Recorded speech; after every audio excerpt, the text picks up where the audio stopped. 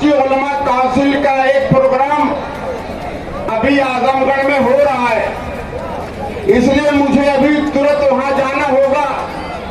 इसलिए मैंने चाहा कि आप लोगों से एक बात आप गौर से सुन लें।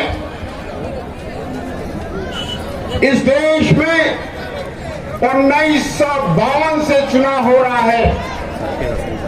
कुछ कौमें हैं, वो कौमें हर चुनाव के बाद वो तरक्की करती चली जा रही हैं, मगर कुछ ऐसी कौमें हैं जो हर चुनाव के बाद लगातार कमजोर होती चली जा रही हैं। अगर आप गौर फिक्र करेंगे कि आखिर वो कौन सी वजह है और वो कौन सा तरीका है कि वोट हमारे संविधान के हिसाब से सबका वोट बराबर है, किसी का वोट मजबूत या कमजोर नहीं है, मगर एक शख्स वोट देता है, एक समाज वोट देता है, वो समाज तरक्की करता है और दूसरा समाज वोट देता है, वो समाज बदहाली को जाता है, बर्बाद होता है, कमजोर लाचार बेबस होता है। वो कौन सा तरीका है?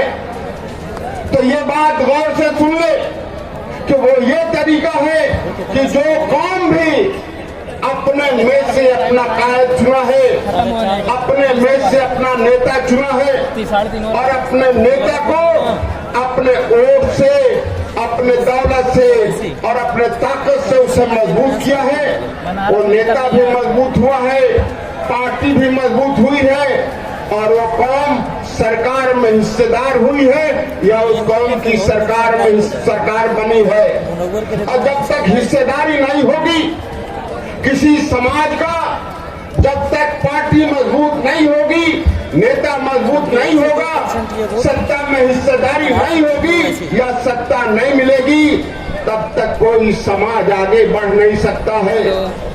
इससे किसी मजहब से कोई वास्ता नहीं है, जात बिरादरी से कोई लेना देना नहीं है, तादाद से कोई मतलब नहीं है। जैसे हमारे दलित भाइयों में जब तक चमार भाइयों ने सबको वोट दिया है, पिछड़े समाज में यादव भाइयों ने जब तक सबको वोट दिया है, जाट भाइयों ने पिछड़े भाइयों में जब तक सबसे वोट दिया है, उनके भी विधायक रहे हैं, उनके भी मंत्री रहे हैं, उनके भी एमपी रहे हैं, मगर उस समाज का भला नहीं हुआ है। कुछ लोगों का भला हुआ है जो विधायक बने या एमपी हुए, मगर पूरे समाज का भला नहीं हुआ है। यहाँ यादव समाज का बेटा यहाँ मुख्यमंत्री रहा है कांग्रेस का, और कांग्रेस का जगजीवन राम इस देश के उप प्रधानमंत्री और रक्षा मंत्री रहे, मगर समाज की हैसियत नहीं बदली। मगर जब 2% 2% जाट भाइयों ने अपना नेता चुना, उसे वोट दिया, उसको मजबूत किया, तो चंद्रशेखर जी इस प्रदेश के मुख्यमंत्री और इस देश के प्रधानमंत्री हुए और वो समाज आगे बढ़ गया। साथियों, उसी तरीके से 10% हमारे यादव भाई जब अपना नेता चुना और उसे वोट दिया और उसे मजबूत किया, वो समाज 4 बार मुख्यमंत्री बने और समाज आज बहुत ताकतवर हो गया। इसी तरीके से दलित भाइयों में चमार भाइयों ने जब इकट्ठा हुए, मायावती जी को और काशीराम जी को जब मजबूत किया, वो सरकार में आए और उनका समाज आगे बढ़ गया।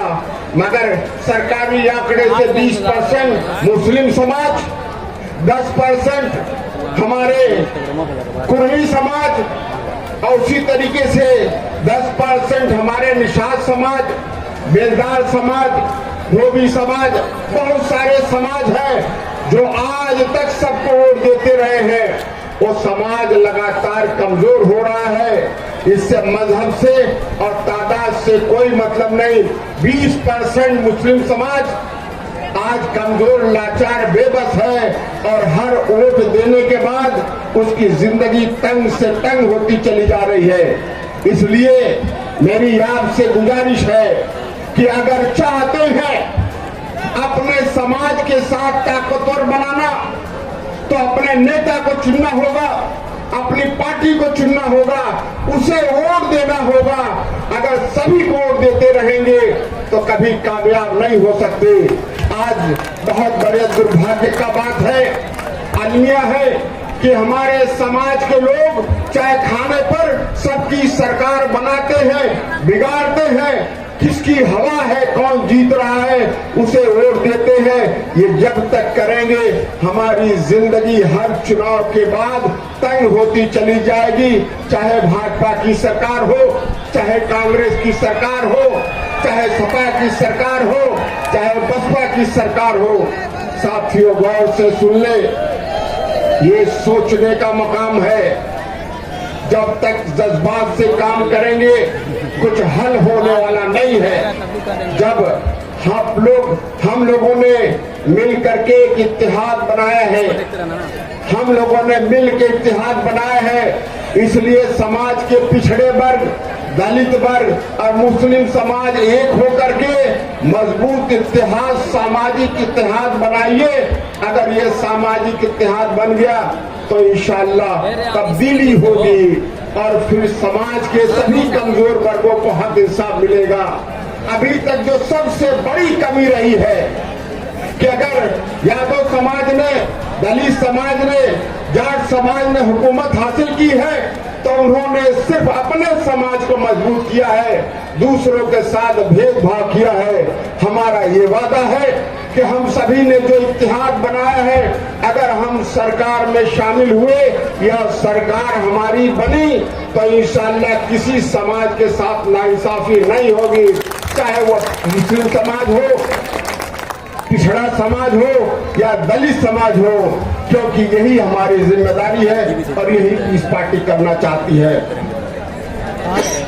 आप लोगों ने बातें सुनी, मेरी यही गुजारिश है कि गौर से सुनिए और उस पर अमल करिए, क्योंकि यहाँ आने से तभी फायदा होगा कि आप घर जाकर के इस पर अमल करें। बहुत सारी पार्टियां हैं जो ताकतवर है, सत्ता में रही हैं, आज पैसा लुटा रही हैं, अफवाहें फैला रही हैं, लोगों को गुमराह करने की साजिश कर रही हैं। इन सभी साजिशों से हट करके जब तक अपनी क़यादत को मजबूत नहीं करेंगे, इंशाअल्लाह हम करेंगे तो हम लोग कामयाब हो जाएंगे। अगर इसी तरह से बिखरते रहे तो कामयाबी बहुत मुमकिन नहीं है। घोसी विधानसभा से भाई मौलाना फुजैल नदवी साहब प्रत्याशी हैं। मैं आप सभी से गुजारिश करूंगा कि वे वोट दें और यहाँ से प्रत्याशी मऊ से भाई मुनव्वर, जिनको नाम कम मुर्गा बाबा के जादे के नाम से जाना जाता है, तो मुनव्वर भाई